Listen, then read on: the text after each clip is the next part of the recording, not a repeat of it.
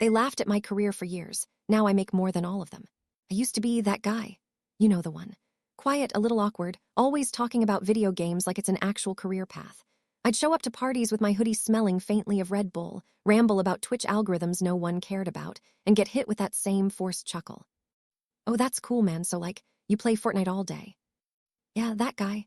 I still remember the night everything shifted for me, even if nobody else noticed. Senior year of high school.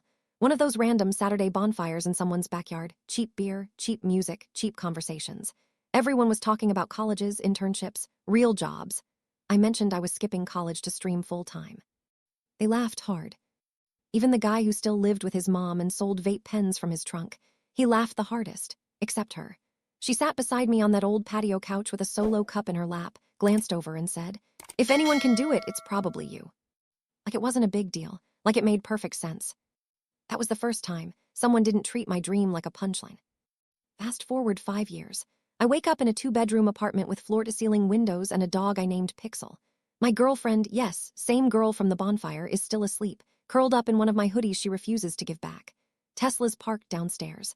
My Discord is already buzzing, and my chat, been pre-flooding my stream for half an hour, hyped for today's collab.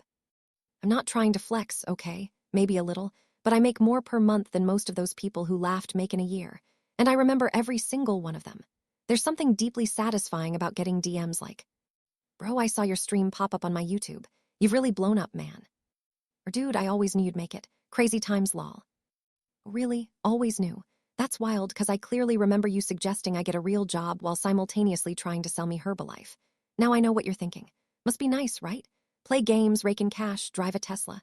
Sure, but it didn't happen overnight. It was years of grinding 12-plus-hour days, streaming to literally no one but bots and one loyal mod.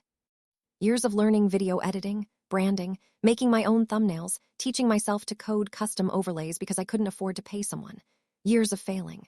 But every time I thought about giving up, I'd get a little message from her. "You've got this." She wasn't even my girlfriend yet, just my best friend. But she believed in me more than I believed in myself, and that mattered more than she'll ever understand. So yeah, they laughed, but now, they watch. I didn't fall in love with her in some big cinematic moment. There was no sudden kiss in the rain, no dramatic confession after prom, no, "OMG, I've loved you all along" scene straight out of a teen drama. It was slower than that, quieter, realer. It was the way she always said, "BRB," in our Discord calls, even when she wasn't actually going anywhere, just to make it feel like she was still there. It was how she'd lurk in my streams when I had 2 viewers, just to bump the number up. How she sent me memes at 2 a.m. to keep me awake when I was grinding through 14-hour editing marathons. How she never once said, "Maybe it's time to quit," even when I was so burnt out I couldn't recognize my own voice on VODs anymore. Back then, we were just friends. She had a whole life, friends, a part-time job, college classes, and yet she made time every single day just to ask, "Did you eat anything yet? Want to co-op for a bit? Need me to test your audio again?" That shit meant everything to me, and then came the first paycheck. God, I remember that day like it was tattooed in my brain. It wasn't big, $137.52 from Twitch. Technically, my second payment, but the first one came during a 2-month stretch where I had a whopping 3 subscribers, and Twitch didn't even trigger payout until you crossed $100. So this was the first real one. I was sitting in my bedroom-turned-streaming den, old desk, 2 mismatched monitors, a mic taped to a boom arm I got for $14 on Amazon. My entire studio was lit by a dying IKEA lamp and the glow of OBS. I opened the email, saw the words, "You've received a payment from Twitch." Froze, just stared. I know $137 doesn't sound like much, but it was the first time someone paid me to do what everyone else told me was a waste of time.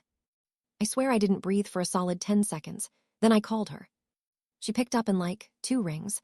I was so hyped I couldn't even get the words out. "I got paid," I half-shouted. Actually, $137. She screamed. I screamed. It felt like I'd just won the lottery. "We're getting tacos," she said instantly. I'm not taking no for an answer. So we did. 2 hours later, we were sitting in her car in the Taco Bell parking lot with Baja Blast and those low-tier, but emotionally sacred nacho fries. Windows down, music low, stars above. I told her I wanted to do this forever, that I didn't care if I never blew up, just getting paid it all made me feel like I was doing something right. And she looked over, grinning like I'd just announced I was buying a yacht or something. "You're gonna be huge, I just know it." I wanted to believe her, I really did, but I was still scared, still half convinced it was a fluke, still waiting for the other shoe to drop.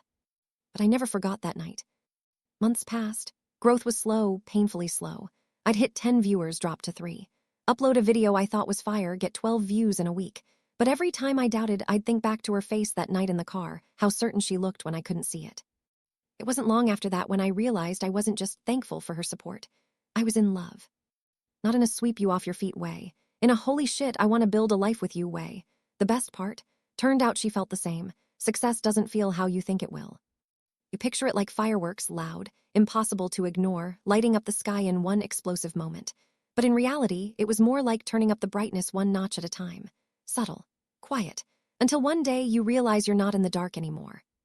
My first stream that hit triple digits wasn't even planned. A mid-tier YouTuber raided me on a Tuesday night, totally random. He liked my username and said I had solid apex movement. That was it.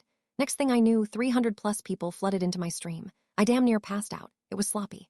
My mic was peaking, alerts weren't working, I forgot to switch scenes, but I cracked jokes, hit some lucky shots, and managed not to completely panic. That night I gained 200 followers and 17 subs. I stared at my dashboard for 2 straight hours after the stream ended. "You're doing it," she whispered over the phone. Yeah, I was. From there, it was a slow burn. Some months I barely gained traction. Others exploded out of nowhere. I learned to stop chasing the algorithm and just lean into what I loved.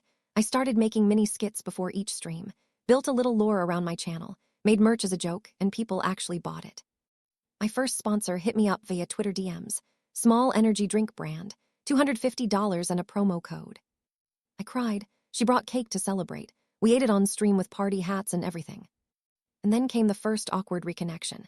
A guy from high school slid into my Instagram DMs. We'll call him Brad. He was the one who once told me, "You're wasting your potential, dude. You're too smart to be just another streamer." Now, yo brew, I saw your setup on TikTok. Fireman, didn't know you were still doing this FRFR. You hearing? I won't lie, it felt good. Not in a petty way. Okay, maybe 10% petty, but mostly it just felt like closure. I replied, "Appreciate it, man. Hope you're doing well." That was it, no flex, no remember when you laughed, just peace. A few weeks later, I ran into another familiar face at a grocery store. I was grabbing oat milk and protein bars. She was in the frozen aisle wearing scrubs. We locked eyes, and she did that fake surprised, "Oh my God, hey." We talked, caught up. She asked what I was doing now. "Still streaming," I said. She blinked. "Wait, really? That's still a thing?" It wasn't meant to be mean, just tone deaf, like she couldn't wrap her head around the fact that this wasn't just a phase. "Yeah," I smiled. "Pays the bills." She laughed politely and said something about being jealous of that freedom. Then she left with a basket full of lean cuisines and a guy waiting by the pharmacy.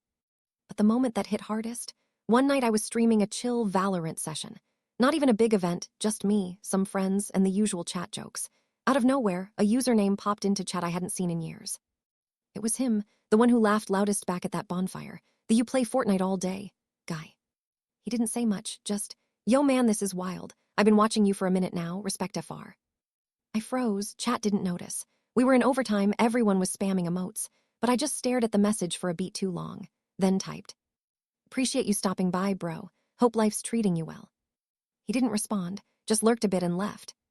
I don't know what I expected. An apology, an acknowledgement, a follow-up.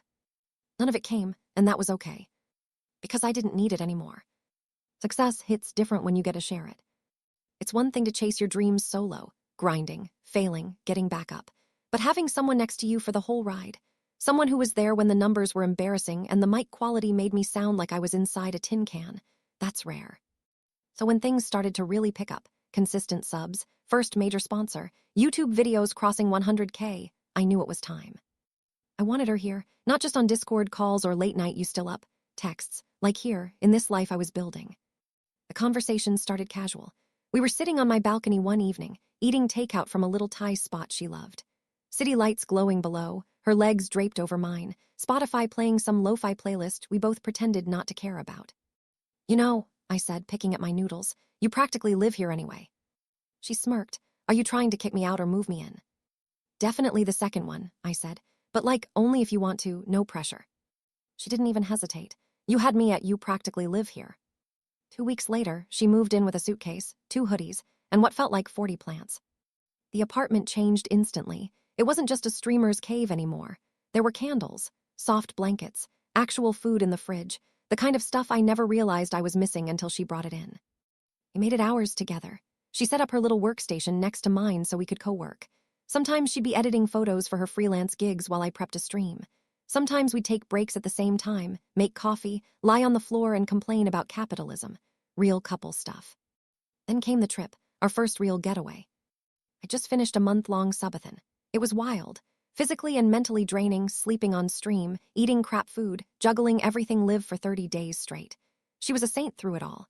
Managed logistics, monitored mods, literally woke me up at the right time so I didn't look like a zombie. So when it ended, I told her, "Pack a bag, we're going off-grid for a week." We rented a little cabin in the woods a few hours away. No Wi-Fi, barely any cell service. Just trees, a fireplace, and a lake cold enough to make your soul briefly leave your body. It was perfect. We hiked. We cooked. We lay under the stars and talked about stupid things, what we'd name our future dog, whether cereal is soup it is, by the way, and what success actually meant. And one night while roasting marshmallows, she looked at me and said, "I knew you'd get here. I just didn't know it'd be this beautiful." My throat tightened. I wanted to say something cool or poetic, but all that came out was, "It's only beautiful because you're here too." She rolled her eyes, but I could tell she was smiling. We came back stronger, closer, more us than ever. Started setting goals, not just for me, for us. She wanted to open a small creative studio one day. I wanted to start a podcast, maybe even build a physical space for content creators in small towns like ours. We were dreaming bigger now, together. And every time I saw her sitting on our couch, editing her stuff with her hair in a messy bun and that determined look on her face, I realized something. I wasn't just living my dream anymore. I was building a life with the person who believed in it before anyone else did. Clout's a hell of a drug. It sneaks up on you not with a bang, but with tiny things. People start pronouncing your username right. Brands suddenly remember your emails. You get invited to creator dinners where everyone's too cool to admit they're nervous. But I never really vibed with that whole "look at me now" lifestyle. Don't get me wrong, I'm proud of how far I've come. I live in the apartment I used to save pictures of on Pinterest. I drive a Tesla that turns heads in our sleepy little town. I've got enough passive income to say no to stuff I don't vibe with. But deep down, I'm still the dude who streams with socks on the mic because I forgot to buy a proper pop filter. People always ask, "How did you stay grounded?" Easy. I remember what it felt like to stream to 4 people and recognize all of them by username. I remember refreshing my PayPal and hoping that month's Twitch payout would cover groceries and internet. I remember the exact wording of the Reddit post where someone said I had zero charisma and wouldn't last a year. And I remember her bringing me tacos after my first $137 check, dragging me outside when I forgot what sunlight looked like, never letting the dream feel stupid. So yeah, I keep it real because this is real. The money, the sponsors, the views, that's just extra. The community, the late-night laughs, the DMs from kids who say, "You made me feel less alone today." That's the heart. These days, I make time for the little guys. I jump into random Twitch streams with 2 viewers and drop a sub-bomb just to watch their faces light up. I reply to DMs from up-and-coming creators asking how to deal with burnout or grow without losing their minds. Sometimes I just scroll through smaller subreddits and leave words I wish I'd heard back then. "Your vibe is dope, keep going. This has potential, FR, don't stop. Ignore the numbers, just build your world." And yeah, sometimes I get hit with, "Bro, you changed my life," which is wild, because I still feel like I'm figuring mine out. There's this one kid, I'll call him Nate. He's 17, streams Valorant, lives 2 towns over. Found me on YouTube and started popping into my chat regularly. Super respectful. Asked smart questions. Noticed little things like how I frame my camera or balance game audio. I DM'd him one night. "You're built for this. Need anything, hit me." He lost it. Said I was his streaming idol, which made me laugh because I was literally sitting there in sweatpants eating cereal at 1 a.m. Since then, I've been mentoring him a little. Helped him set up overlays. Taught him how to read his analytics without spiraling. Even sent him my old keyboard when his broke mid-tourney. Not for content, not for clout, just because I see myself in him. The thing is, I don't need to prove anything anymore. Not to my old classmates, not to random Reddit trolls, not even to the algorithm gods. I've got what I wanted. Life that feels like mine. Partner who believed before the world did. Community that vibes with who I am, not some exaggerated online persona. That's the real win. And every morning, when I wake up in this life I used to dream about, I do the same thing. I brew 2 cups of coffee, one for me, and one for the version of me who almost gave up. I used to think making it would feel like some Hollywood ending. You know, fireworks, champagne, maybe a slow-mo walk out of a burning building while synth music plays in the background. But the truth. Making it feels like Sunday mornings, waking up with sunlight creeping through the curtains, her hoodie somehow on me again, The smell of fresh coffee and the quiet hum of a world that doesn't demand anything from you today. It's peace. That's what success actually feels like. And I wouldn't trade it for anything. She's everything they were. While everyone else laughed, she listened. When I said I wanted to be a full-time streamer, she didn't roll her eyes. She asked what I needed to get there. She was the one holding the camera during my awkward first YouTube vlogs. The one who designed my first Twitch panels in Canva because we couldn't afford a designer. The one who reminded me that one bad stream doesn't erase 10 good ones. Her name's not important. She doesn't like the spotlight. Says she's better behind the scenes, even though she lights up every room she walks into. She's sharp, funny, a little chaotic in the best way. Loves indie games with sad endings and cries at Pixar trailers. Will randomly reorganize the fridge at 2 a.m., then fall asleep in my lap like nothing happened. But more than anything, she saw me before the world did. And that changed everything. Our life now isn't flashy, but it's full. We have our routines, shared calendars, joint playlists, inside jokes. We take random road trips to nowhere. We cook together or try. Anyway, I'm banned from making risotto after the incident trade. We help each other dream bigger without losing who we are. Money, yeah, it's good. Better than I ever expected. We don't worry about bills. We help out our families. We donate quietly. I even surprised her with a weekend trip to Iceland last year, just because she once said she wanted to see the northern lights before she turned 30. But the biggest flex, I'm happy, we're happy. And that's rarer than any Twitch badge or YouTube plaque. So here's what I'll say to anyone out there reading this, especially if you're grinding in silence right now. They might laugh. They might call it a phase, a waste, a pipe dream. They might treat your passion like it's a punchline. Let them, because one day, if you keep going, if you keep learning, improving, showing up even when it sucks, those same people. I'll scroll past your wins in silence.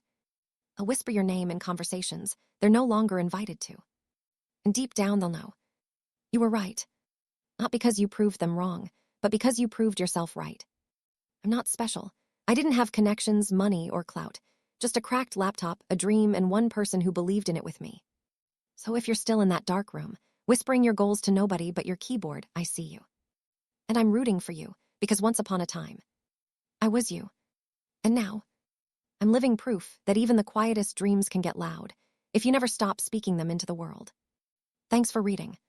Stay real, stay kind, and never ever stop building the life you want, even if no one claps at first. I promise you, it's worth it.